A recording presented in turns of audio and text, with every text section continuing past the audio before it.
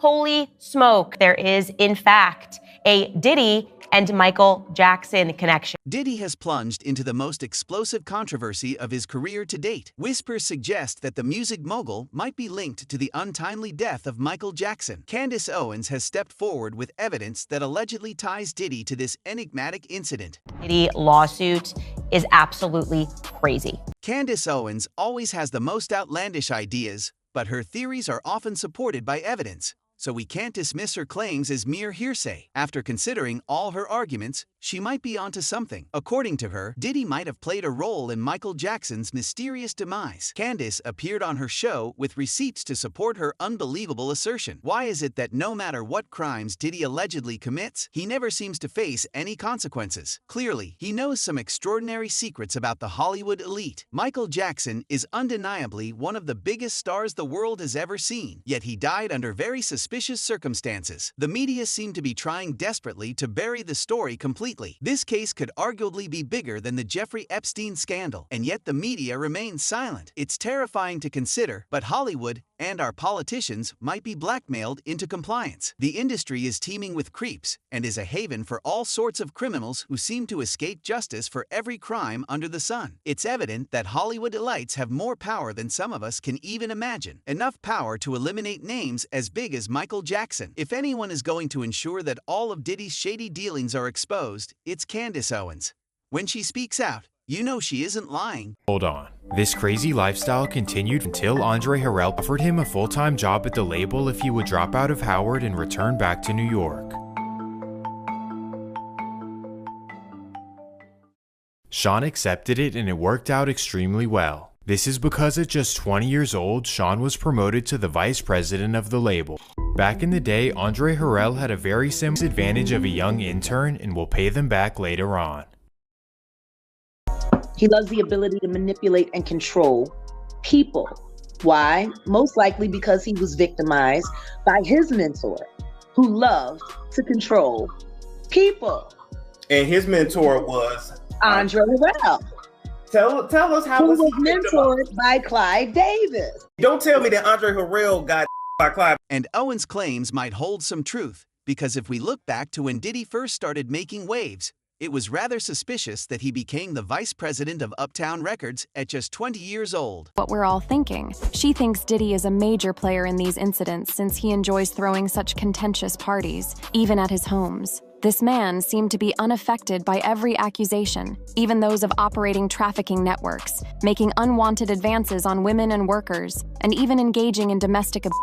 He has the ability to use famous people, legislators, and even the media as leverage to force them into staying quiet. Candace Owens thinks that if there's anyone powerful enough in the industry to target a global superstar like Michael Jackson and still get away with it, it's Diddy. And looks like he did it by the help of Fahim. Fahim is the man making sure everyone around Diddy remains out of the hands of the law. All they have to do is call Fahim if they do find themselves in danger. Apparently, this man can hide people's sins like a magician. Because of his ties to the police, Fahim can fully bury cases, whether they include or hit and runs. Mr. Combs instructs his staff to always contact Mr. Muhammad, that is Fahim Muhammad, if they are ever pulled over by the police in Miami or California. But before Fahim became the head of security for Diddy, he was responsible for Michael Jackson's security. As it happens, the primary perpetrator of Diddy's cover-ups was also present when Michael passed away. Fahim was also the second person in the room with Michael's body after Michael's physician.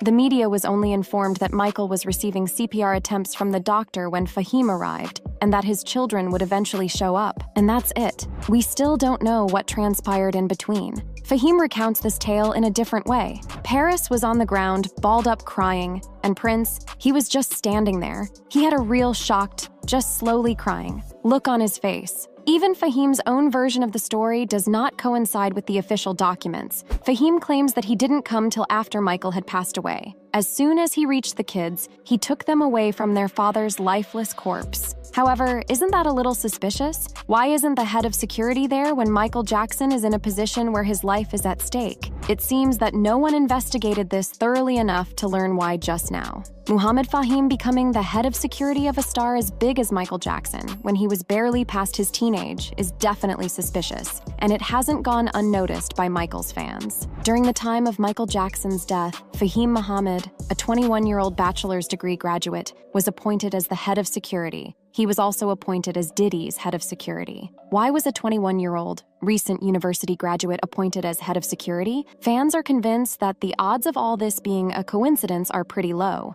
One fan stated, "It's probably not a coincidence that Diddy's head of security was also Michael Jackson's head of security. As Pleiadians have confirmed before, Hollywood pedo-Satanists blackmail each other with and ritualistic practices, and have the support of LAPD. Those who know and don't join are just a liability. Many celebs are likely very worried right now, and if they're smart, they've already prepared their clones to be arrested instead." This important bit of information seemed to have surprised Candace as well. Michael Jackson's death was not a natural one, and the media must have known this. However, until recently, they would not discuss the notion that it is a Clearly, everyone that knows Fahim is terrified of him. After all, according to Candace, might not be all that tough for celebrities like Diddy and Fahim, especially if it means keeping their identities and crimes a secret. This makes us think, why would someone assassinate a celebrity as big as Michael Jackson? Why would a member of his own squad attempt to kill him? It turns out that Michael was only a money-making machine for the people around him.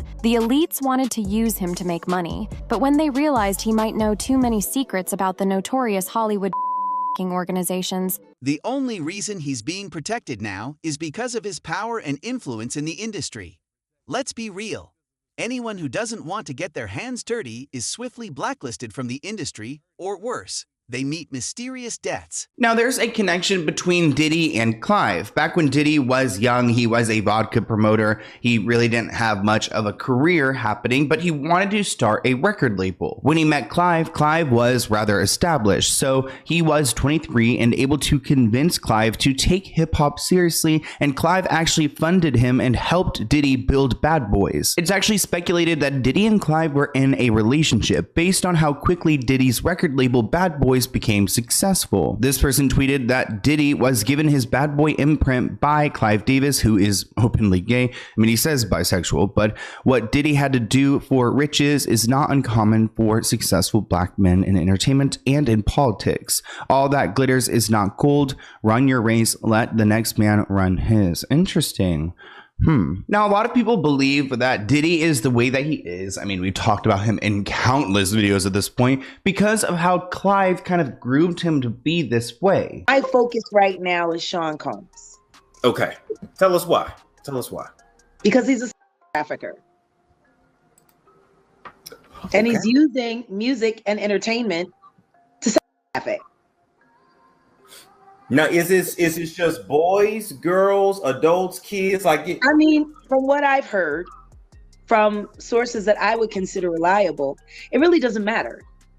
Wow.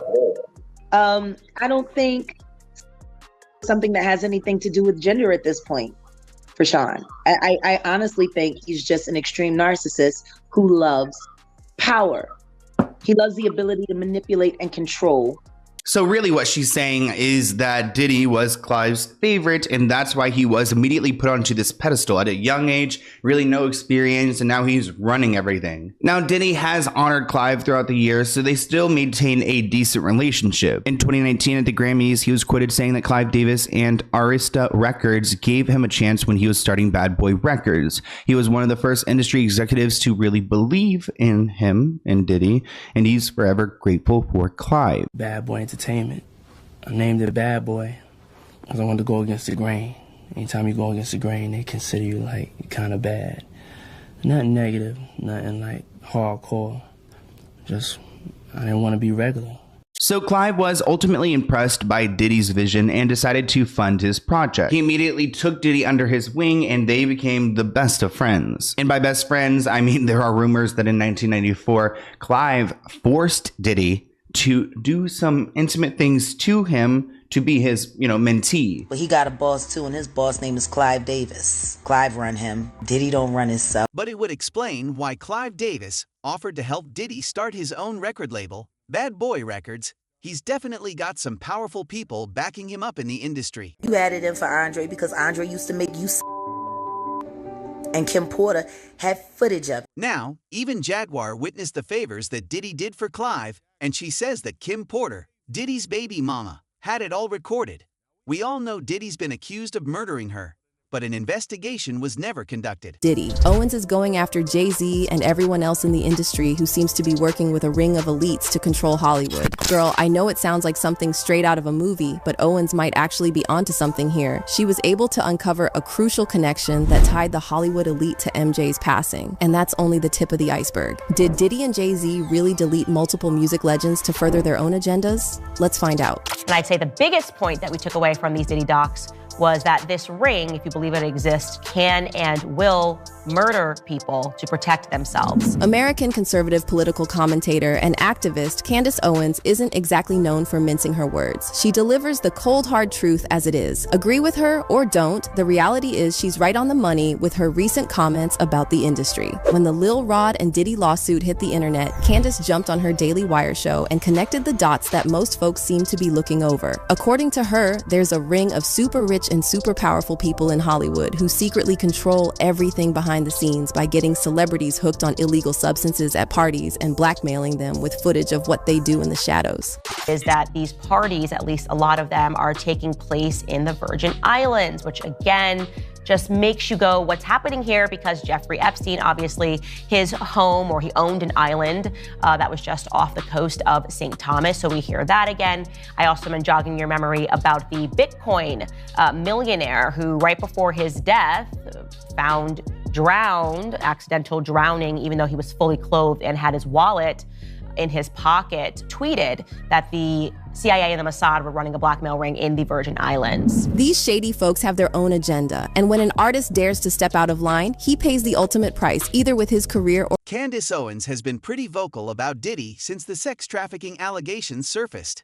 However, according to her, Diddy is probably being used as a scapegoat by other top figures in the industry, like Jay Z. When she said Diddy was actually being used as the scapegoat to save other people in the industry who were also involved in his dirty activities. Apparently, the raid was just a way for them to collect all the evidence that could possibly incriminate the people he's been doing this with. She said the feds are currently raiding Diddy's house. They already knew what he was up to, but he's gonna be the fall guy, so they can protect the people at the top of the ring. They're raiding his home to hide evidence, not to find it. That's how this works. The crazy thing is, there really is actually some truth to what Candace said, because if y'all remember, there were reports some time ago that people in the industry would also be exposed, but it wasn't confirmed who those people were gonna be. However, the number one suspect on everybody's list was Jay Z. Jay got some skeletons in his closet that have been slowly being exposed these past couple of months, and he also had very strong ties to Diddy before all this went down. The very popular psychic YouTuber Sloan Bella actually hinted at this a couple weeks ago when she said Jay Z would be next in line to be exposed after Diddy. Now, I already know some of y'all done started to roll your eyes because you don't believe in the spiritual stuff. Trust me, I felt the same way when I first came across this. But Sloan was spot on about every single one of her predictions about Diddy. She predicted the Cassie lawsuit months before it happened and gave a timeline as to when it would go down, and everything she said was 100% accurate. In fact, just a couple weeks ago, she made a video talking about how Diddy was going to be involved in some serious trouble that would land him in jail. She also specified that it would happen at the end of March and sometime in April. She said he wouldn't be able to say things he needs to say, and he would be used as the scapegoat by the higher-ups. Let's face it, if everything starts getting exposed, half of Hollywood is going to end up behind bars or worse. This includes the people who are currently trying their best to stay hidden behind the curtain.